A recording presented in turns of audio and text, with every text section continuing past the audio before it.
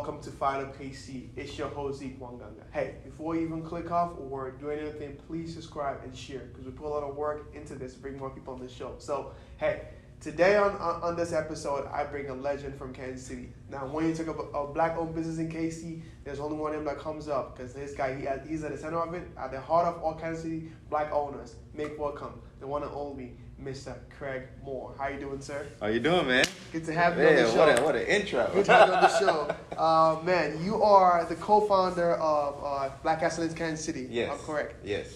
Man, it's an honor to have you here because I've been a fan of you guys' show for a long time. You know, I've been watching you guys live on when Kiana was on there.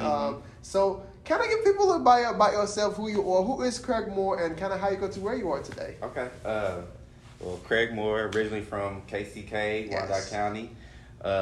Went to the University of Arkansas at Pine Bluff. Okay. Came back to Kansas City just with a heart to give back to the community and really support just black professionals, period. Exactly. It's been a long journey. I've done things with artists. I've done things with small businesses, nonprofits. Yes. Just on the I guess you call it independent contract side. Yes. And so I'd probably say about 2 years ago, Kiana reached out to me, asked if I would be interested in joining her in creating a gala. Okay. And we were going to do an array of events that was going to fundraise for this big gala. But then as we were doing those events, we realized that there was a gap of just like resources for the people we were trying to reach out to. So BXKC at that point just turned into an organization. Okay. We created some programming, some really safe conversations, transparent conversations. I think somebody said they call them courageous conversations about the black community. During COVID, she was asked to be in her position that she is now with the Negro Leagues Baseball Museum, and gracefully asked me to take on the headership of this now thriving organization.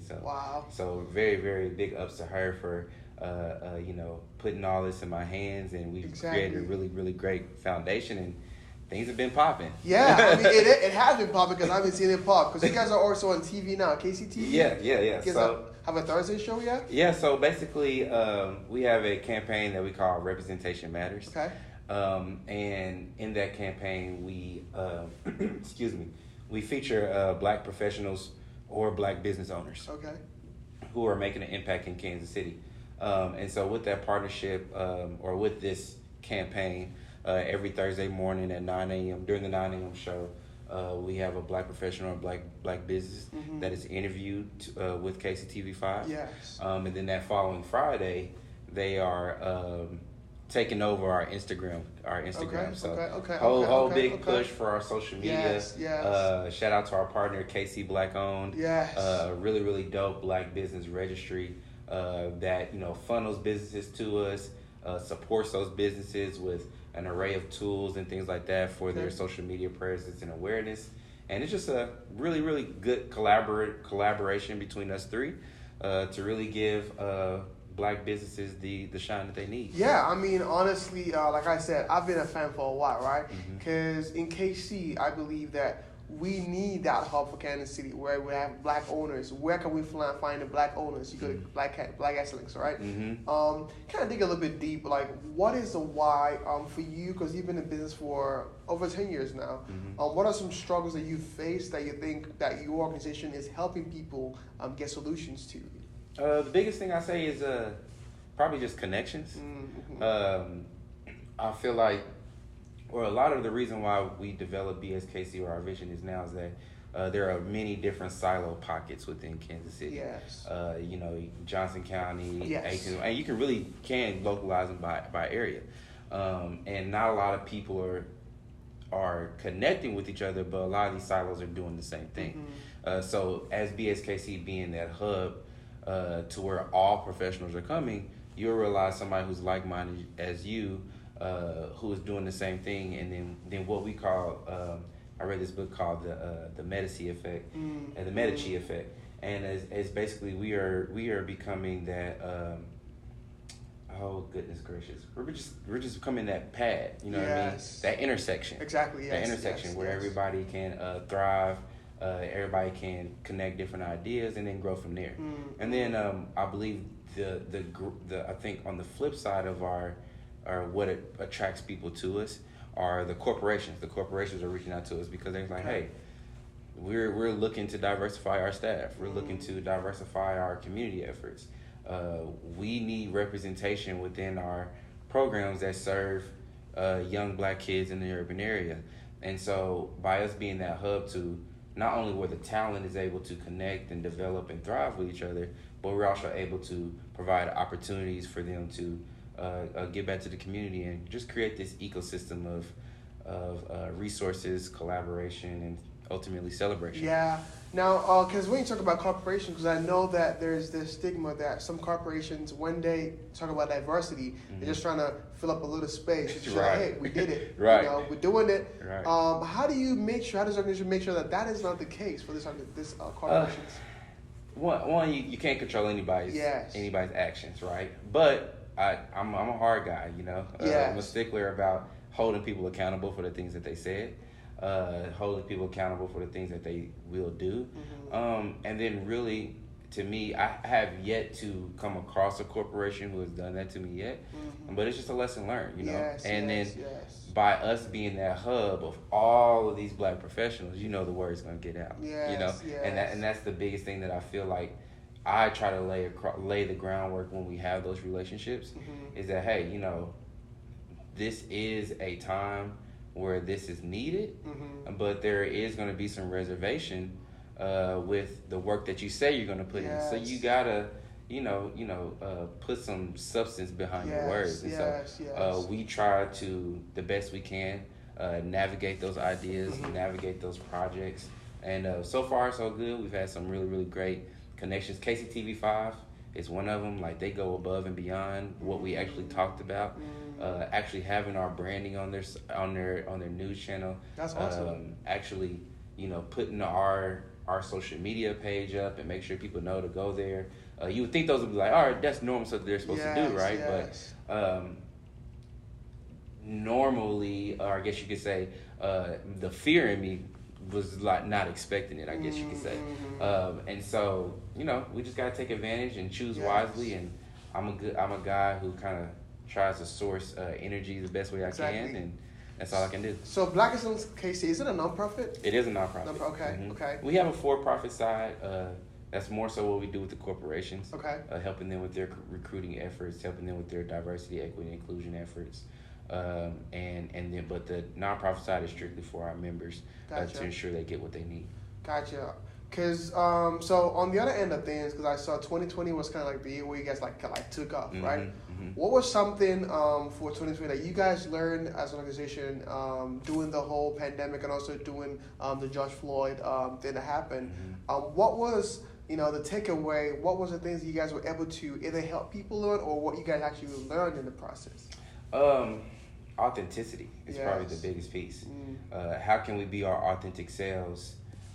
Creating a path or creating a safe place for Black professionals to be their authentic selves, and simply because I feel like that the George Floyd incident and all the other social injustice that happened during the pandemic, just kind of pulled the sheet off of a lot of things that we've covered up. And so it's a time now to where we need to create our own space. We need to create our own pathways. But we also need to understand that we cannot do that alone. We have to do that with each other. And so that's where I'm really focused on collaborative efforts. Really focused on, like, I'm not trying to reinvent anybody's wheel. If this is your strong suit, come on to BSKC or partner with BSKC so that we can just amplify what it is that you're doing. There are a lot of great spots when it comes to Black-owned businesses for development. Porterhouse KC is a really great one.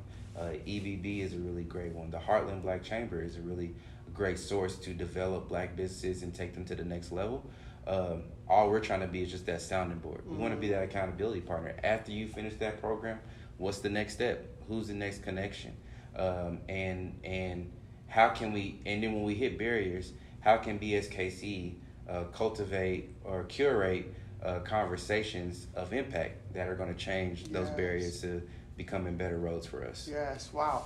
I mean that's when I see it, it's like something from a dream book where it's like because I saw you guys 2020. I'm like, man, this is really good information.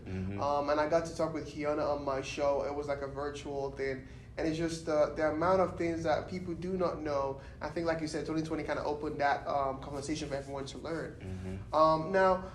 Because when I see where you guys are, it seems like it's so easy. Was it easy starting out? What were the challenges you guys faced starting out the organization? I wouldn't say it was easy.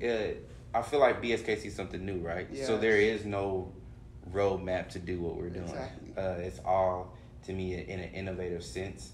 As we were, our launch was really great. We did launch at the Negro Leagues Baseball Museum. Far more people than I ever expected to actually come out to that thing. And it was great. And at that point, I can honestly say we didn't know who we were. We didn't know the power that we had until we actually seen it at that event. Wow. And so actually trying to figure out our identity, figure out what it is that we do, what it is that we don't do, that was a nice little challenge. But as we, kind of honed in on that and we figured out what it is BSKC is, the pandemic hit. And events were what we were, connecting people in spaces, creating those conversations face to face, and the pandemic put a stop to all of that. So how do we adjust, and that's where you see those conversations online come about. And then now it's just about, really putting the awareness out there of what BSKC is, who it is that we serve, and how do we serve them and keep that retention going. I mean, first I just want to say congrats to being able to, get to where you are today. Thank you, because man. 2020 took most people out, but for you guys, it kind of elevated you guys. So yeah. Thank you for being here. I appreciate that. Now, are there some kind of failures you guys have encountered that you guys have to overcome to get where you are? Because I know that sometimes when you have a vision of something you want to do, it might seem like it's not coming soon. You're like, when are we going to get to where we're going to go to? But are there some challenges, or is that a goal you guys are trying to hit that you've already hit, or where you guys going with it? I say our biggest challenge is funding, just to be totally honest. Yeah. We've had really one great funding donation that's pretty much carried us this entire way. And since then, it's really trying, because we are so new, it's a new concept. A lot of these large donors, they want to see what they call that proof of concept, And so being able to be in this position where things are running so fast, we're able to kind of collect that data so that we can be able to support those next time that we go for grants and things like that. And I say that was our biggest hurdle. I mean, the transition of leadership between me and Kiana and me actually taking over everything myself, that was a huge hurdle for me because I built that with someone, and it was a graceful departure, but it was a lot. It was a lot for me, it was a lot for my family, but just staying true and praying through it has allowed me to be where I'm at right now, and it's just been great ever since, to be honest. So yeah, there's some failures, like I said, with everything. There's always going to be failures, but those failures I wouldn't call them failures, I would just call them learning lessons. Yes. So we're trying to hit the ground running right now. We have our free membership available. We're just asking people to sign up, because the biggest thing that we're trying to do is, how do we develop the content that we know our membership needs, right? I don't want to just build programming for what my experience has been. Yes. What is it that they actually need? Soft skill training. How do we develop the proper executive training for the next executive for a big corporation? Yes. How do we truly collaborate with these business development programs that we have to ensure that our businesses are thriving and getting outside that box of just being a small black business to just being a business, right? A standalone business. So those are the things that we are encouraging people to sign up for the memberships now, so that we can have these conversations, so that my program team can develop the right type of programming in 2022. And then from there, we'll probably do some paid memberships. My goal is to get 500 free memberships. Okay. Right now, I would have liked to get that by the end of the year. Sweet. Right now, I think we're at 225, 250, something Okay. like that. Now, because I know that in every business there are supporters and there are haters, right? Because when people, for example, BET, Black Entertainment TV, some might say, why do we need a Black Entertainment TV, right? And when you guys come to Black Excellence, some might say, why do we need Black Excellence? What if someone said, oh, we want to open in White Excellence? That could be a problem, right? Right. Talk to us about why. When those questions are asked you or you hear something like that, what is your response to it? My response is that white excellence already exists. It's just not called white excellence. You know, there are many experiences that I've had myself to where, you know, I'm not able to get in certain groups. I'm not acceptable in certain ways as my authentic self. You know, I'll have to cut my hair. I have to change my clothes. I couldn't wear sneakers with my shoes. Yes. You know what I'm saying? Yes. I can't be my authentic self. And to clearly identify a safe place where Black professionals can be themselves. We don't exclude any other culture from coming into it, from joining our program. It's the same type of services, but you're going to get it from the Black perspective. You're going to get it from a Black executive. You're going to get it from a Black mentor. You're going to have opportunities to serve the community in the Black community. Yes. So we are not discriminatory to any other group, but this group is, how I like to say sometimes, it's FUBU, it's for us, by us, you know, and that's what I say to those things. I mean, and you know, you either take it or you leave it. Yes, you know what I'm saying? yes. And why is it acceptable for me to change who I am to be in your group, but you want to adjust your perspective to be a part of my group? Yes. Wow. You know? Wow, man. Because like what you're saying, right? There are events or organizations that, you know, people that look like us are not allowed in. They might not say you're not allowed into it, but there are certain things that you see like, okay, I think this is enough for me, right? Yeah. And so with you being like a co-founder of this organization, what are some, you know, places that you've been to, or like are there some events that this has given you opportunity to get into rooms where people like us don't usually get into, that you think if we're able to get more people to like be leaders, like if we could be able to get into those seats? There are a lot of groups out there in Kansas City that are great. Centurion's program is a great professional development program. I would love to be a part of, love to have some connections with. And they are intentional about being more diverse. But I do feel like that it's programs, and I don't want to peg them out, they're a great program, but are programs that are branded in a way that, you know, the average professional who is probably not from Kansas City, who is not used to being in a professional setting, but they have the tact, they have the personality, they have even a little bit of the soft skills to be in those rooms, but they just don't feel comfortable because they don't see enough people who look exactly like them.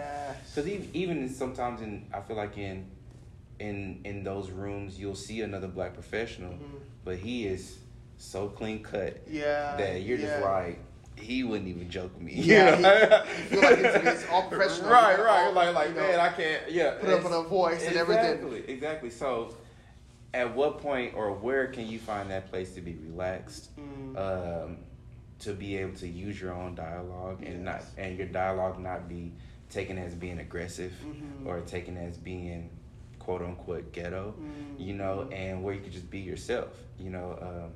I was at an event for the Negro Leagues Baseball Museum, their Young Friends event that they had, and I truly enjoyed myself, you know, and it was a very, very diverse crowd. I was able to meet with other professionals from other cultures, and we had great conversations, and then I was able to be comfortable and find a group of people who went to historically Black colleges, and we laughed and joked for 15, 20 minutes. But the thing that I noticed is that those were two different circles that I had to stay in. And then you kind of feel yourself code switching a little bit. You know what I mean? Yes. And so how can we get rid of those barriers where code switching is not a thing that has to be done to be accepted? BSKC, I can't say that, you know, that same intimidation won't happen for other coaches when you come to our events. Exactly. But it's my intention for it not to be that. Yeah. And I think that's all perspective. It's all perspective driven. It's all about that individual's intentions when they go to those events. And as long as that I can create like I said, I'm big on authentic, safe space with BSKC. Yes. You can be pretty much who you are and still excel in the things that you want to excel in. Yeah, I mean, code switching is a big deal, right? Where it's like we all have to do it. So you have to get into certain spaces. You have to be able to either change a little something about yourself, so that way you're not going to be as much as yourself as possible, right? Which is really dumb, to be honest. Just really dumb, just because you're not getting an authentic person, because in those spaces you don't feel comfortable, because you're trying to be this person who you're not. And I mean, that's why we have, like I said, the KC, where people can be able to go and be like, yo, this is me, this is who I am. You can help me improve, but at the same time, I'm going to show you, like, I'm going to come real with you. Yeah. Which is very important in like being an entrepreneur. Because back in the days, entrepreneurs are people who were suits and ties, but I think today's changing with like a lot of young billionaires coming into the market. Where like people, Jay-Z, Kanye West, and all that, they come into to meetings with T-shirts and all that. So I think the story is changing, right? I don't know if you. I think that the narrative is kind of changing a little bit, but are we there yet, though? I wouldn't say that we're all the way there yet. I feel like that there are still certain places where, I'm thinking in my head, what am I going to wear? And even in that, I feel like there is a time and place for everything. Exactly. That's true. And so I wouldn't say that every business meeting I'm going to show up in, Jordans and a T-shirt. Yes. I do want to present myself well. I do want to represent my culture well. I do want to represent my family well. But I think it comes to the point to where when I do feel relaxed to wear what I want to wear, that I'm still presented with the same opportunities, presented with the same greetings as if you would see me with a tailor-fit suit. And I think that is what is starting to change. Yes. That is what's starting to be understood. But we still got a long way to go. Exactly. Yes. It's crazy when you got to pass policy for women to wear their hair the way that they want to wear their hair.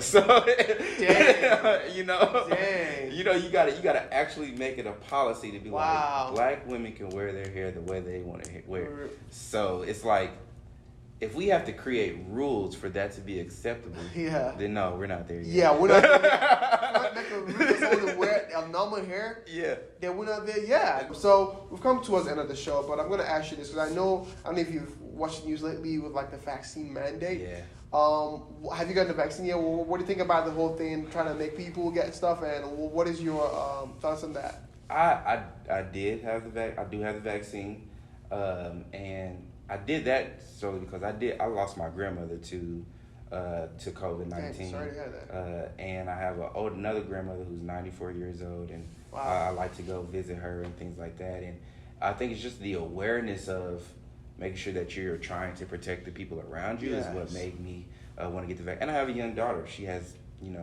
asthma, you know what I mean? And her contracting the virus and being in her definitely state gonna be difficult. will be difficult, you know. And in my daytime job, I'm interacting with people all the time, truck drivers and all these different things, people coming in and out of the factory. So it was important for me to get it. As far as the mandate goes, though, I can understand, because you feel like that it's almost like it should be an easy thing to do. We've all had vaccine cards already. You couldn't get into school without having certain shots already. So in my mind, this is just my opinion, we've already done it, so like, why not? But I do understand where people are saying, they want to do what they want to do with their bodies. Exactly. And they want to have those decisions. They want to make those decisions. And, I mean, really, you just can't, at this point, like, what can you do? Because you're trying to contain it. You're trying to control it the best way you can as a leader of this country. So I kind of get both sides. Yeah. But I don't think that, I think that just the precautions need to be made. I could just say, my mom is not a person who wants to get the vaccine. My dad he was like, I'm the first person in line. There's two different people, and I understand from my mom's perspective, but my mom takes precautions. she makes sure she wears a mask. She makes sure she's not around a whole lot of people. She makes sure she washes her hands. She does all the things. If you're being cautious about the things that you're doing to ensure that you are not adding to the spread of the virus, then I don't have any problems with you. My wife will say something totally different. My wife will be like, nah, we cool. But I'm a little bit more lax on it, but I'm also cautious. I went to the baseball game yesterday, and I think everybody has that thing that happens to them when they hear somebody coughing around them. Their eyebrows go. Gotta move, man. like he gotta move. He got the bid. Like you gotta move, my guy. Right. We cool, but we not right. So it's like everybody has it. So to me, it's like if everybody has that, you'd be a whole lot more comfortable if you knew that everybody had the vaccine. That makes sense. I mean, I'm kind of on the boat at the end of things too, because the vaccine is important because we don't want to have it spread the way it did in 20, because it's getting worse now. Like hospitals are filled up with patients. The death rate has gone up really high, right? And it's like, what can we do to help minimize those things happening, right? Especially I understand people want to be free from not getting the vaccine. Like, I don't want you to tell me what I'm going to do with my body, right? But at the same time, it's like, what if everyone gets this COVID and everyone starts dying? Then you're going to be like, I should have gotten it. Why not get it, right? Right. So there's two ends to it where, at some point it's like, because you can't fly without even not getting a vaccine. You can't fly out of the country without being vaccinated. So France banned us. France said no more unvaccinated Americans. Just stay away, right? So we've come towards the end of the show, but it's an honor, man. We've had some great conversation. I really enjoyed having you on the show. But so this is the part where this section where we're gonna do what we'll call explain this. Okay. So I'm gonna put up 2 pictures of you, and you're gonna explain what happened in this picture. Okay. I try to dig in, but it seems like you put your account is very strategic. Yeah, strategic. So I'm like, man, I couldn't find nothing good. I couldn't find anything good. So, oh man. But I dug deep as much as possible. But I need to go into the dark web. I gotta find people's stuff. I need to go into the dark web. I'm like, yo, how can I find things on this guy so I can find? Cause I couldn't find anything. Yeah. But I found 2 pictures. But let's see. Oh God. Let's see what you think. I'm with it. Okay. Oh wow. Oh wow. That's young Craig right there, man. Oh wow. That is Kitty College, Wyandotte County, all day. And my mom dressed me, and me being the person that follows. At that time, I followed everybody's directions, and so I had him a little. You had a little smile. Yeah, a little smile. It's like, this is me. Take this picture. Exactly. Yeah. That's awesome. Next picture. Oh man. Oh wow.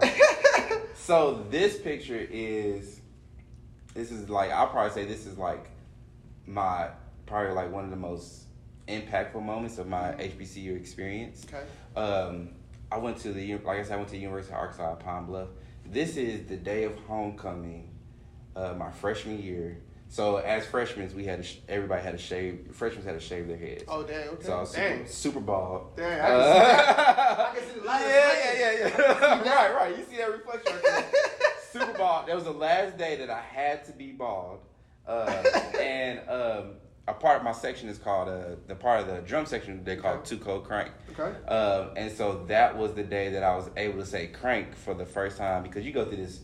I mean, when I say rigorous process for the whole first semester, going all the way up until homecoming, and even before then, portion of my summer. I knew that we were so prepared. Me and my friends were so prepared for college that we shaved our heads before we even went down to. Dang, already ready. Oh yeah, ready. Man. Because it was the thing. Yes, our band in high school, FL Schlegel High School.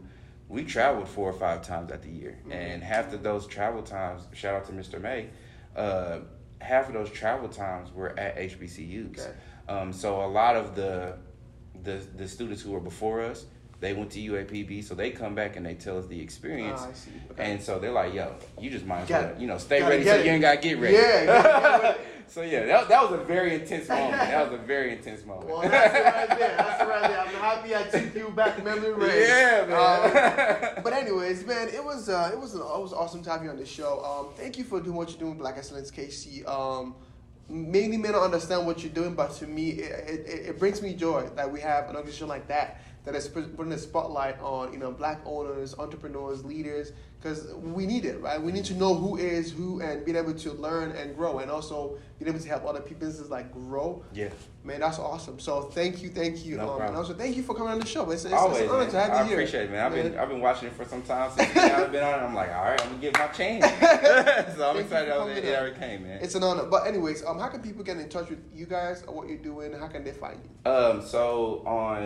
You can find us on Facebook. You can just search Black Excellence KC. Okay. We actually have a Facebook group that has a lot of the courageous conversations within that group. It's called BXKC, the Hub for Black Professionals in Kansas City.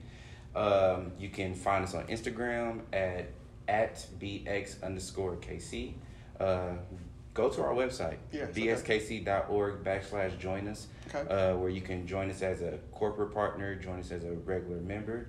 And if you want to email me directly or email any of the teammates, you can email us at info@bxkc.org. Great. Awesome. Well, thank you guys for coming on the show.